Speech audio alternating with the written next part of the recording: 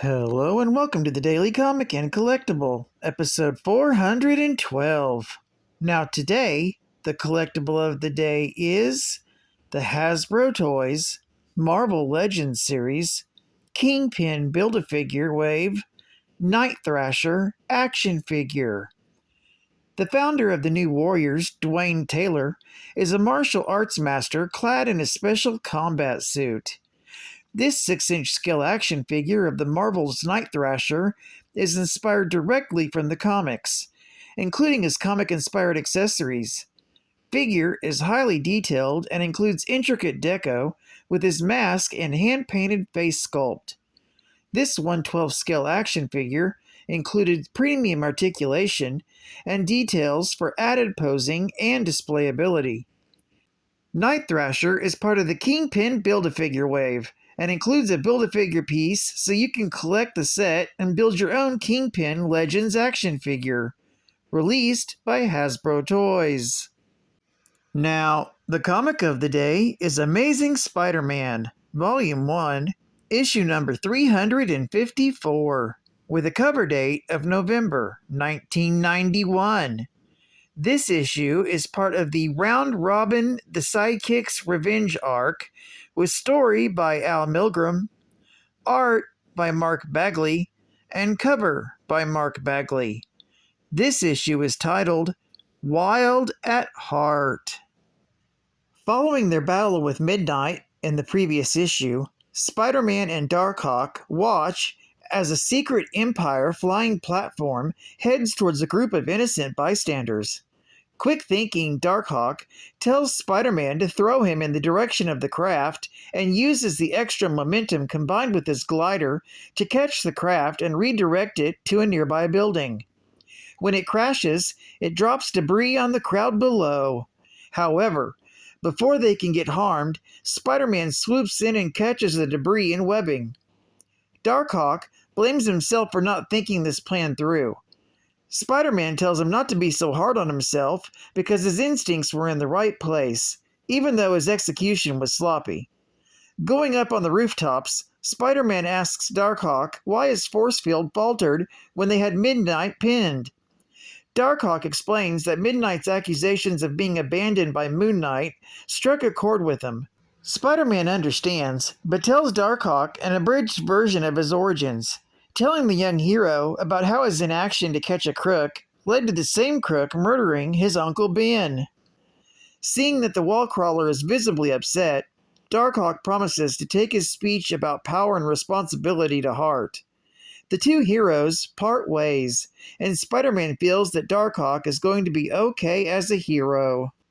When Peter recovers his camera and returns to his Aunt May's house, he discovers that both his aunt and wife Mary Jane lost track of time while he was out as Spider-Man. As Peter and Mary Jane leave, Mary Jane notices that Peter is in a somber mood, but knows her husband well enough not to press him to talk during one of these moods.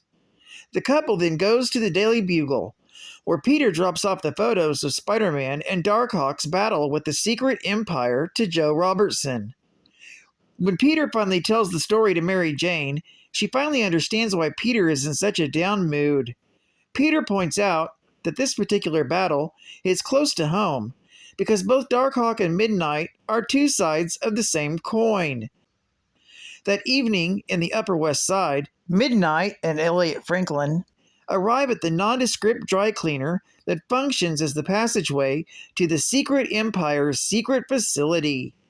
They are greeted by Number 7, who is upset with the amount of attention that he drew to himself. Midnight is angry by this criticism, pointing out that he was able to hold his own against both Spider-Man and Darkhawk. He also points out that if Elliot Franklin is as good of a weapon design as they say he is, Midnight will become even more powerful than even before. Number 7 orders Midnight back to his room. Although the cyborg complies, he vows to make Number 7 pay for it later. Number 7 gives Franklin a tour of the facility and of the various weapons they're developing for Midnight. Elliot points out that Midnight doesn't appear to be a team player, and that any cyborg armies the Empire is looking to create may not be happy with the enhancements they intend to make. When number 7 asks about recruiting former supervillains for augmentation, such as his former teammates in the Wrecking Crew, Elliot reminds them that the former allies no longer have their powers, and that supervillains are hard to control. He suggests that the best part is to try and recruit young and impressionable superheroes to join their cause. At first, he thought about the New Mutants, that they'd be useful candidates, but mutants are suspicious of humans. However, he points out that another group of superhumans might be ripe for manipulation, the New Warriors, and particularly the unfocused Nova. At this moment, Midnight is losing his temper in his quarters. That's when his nurse, Lynn Church, who insists that she is a legitimate concern for his well-being, comes in to check on him. He expresses his anger over being left for dead by Moon Knight, the man who is also responsible for the death of his father. He has now vowed that he will destroy Moon Knight. Tossing a broken chair at the mirror, it shatters, revealing a listening device hidden there. Having developed feelings for Lynn, he promises her that after he has destroyed Moon Knight, he will give her the whole world.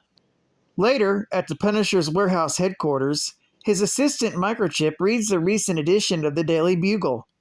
He radios the Punisher about Elliot Franklin's jailbreak by Midnight and his connection to the Secret Empire.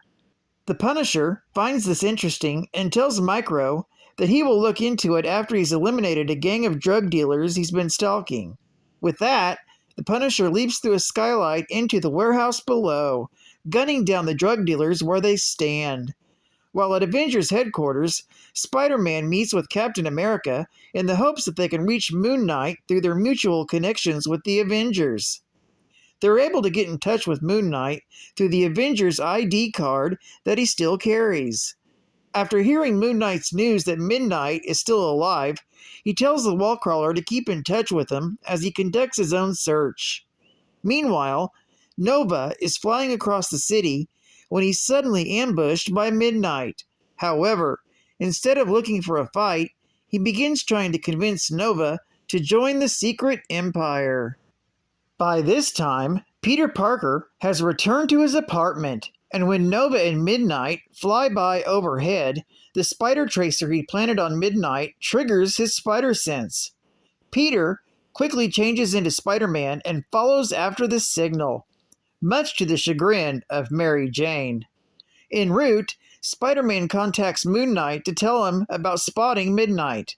Meanwhile, Nova counteracts Midnight's offer by pointing out the times that the Secret Empire attacked a police station and the recent attempts to launch a missile from the office building. Midnight explains that Secret Empire works outside of the law for the good of mankind. Nova doesn't totally buy this, but decides to play along. He agrees to see the Secret Empire's operations just as he's passing over the New Warriors headquarters, activating the emergency communications channel in his helmet, so Night Thrasher and the other Warriors can know what's going on. However, at that moment, Spider-Man attacks Midnight, leading to a fight.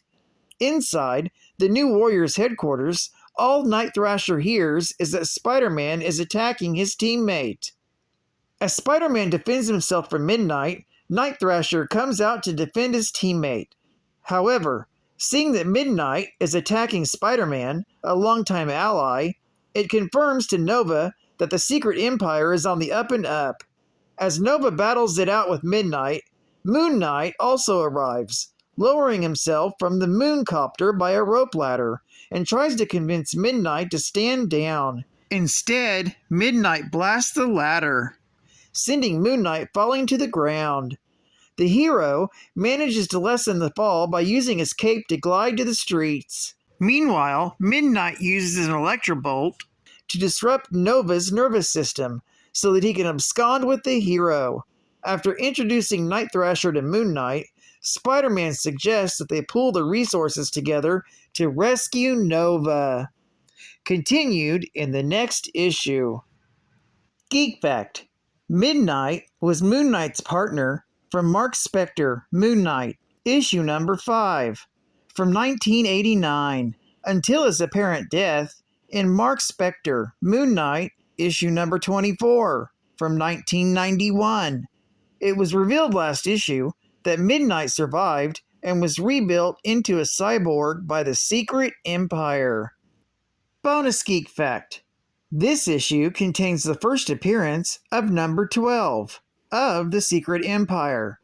Number 12 was present when the Secret Empire agreed to give superpowers to John Horton, making him into the Griffin in Amazing Adventures, Volume 2, issue number 15, from November of 1972.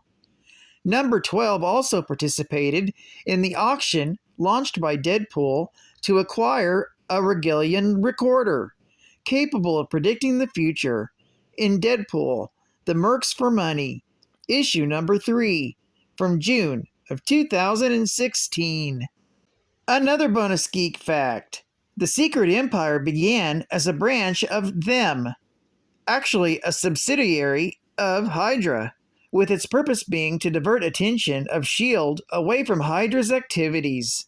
Following the first death of Baron von Strucker, the Secret Empire gained independence from Hydra. The members of Secret Empire are given a numerical code name that designates their rank. The group is headed by a 9-person council made up of the highest-ranking members, called the Council of 9, with number 1 serving as the supreme leader. Advertising ad facts. Why wait until next week to see your favorite shows? Now there are Laughs TV trading cards, 80 side-splitting cards featuring all original artwork and facts about all your favorite actors, antics, and episodes. From Full House, I didn't do it. Family Matters, Did I do that? and Perfect Strangers. I'm Belky. So now you can watch your favorite TV shows one frame at a time, every day of the week. Introducing Laughs TV Trading Cards. On sale soon. And Have a monster have a good time. Enter the Dungeon Game. A romp-em, stomp-em, roaring good time of monster bashing, dungeon crawling, and treasure collecting. Explore the depths of the dungeon on your fantastic journey of mystery and suspense while you search for hidden treasure.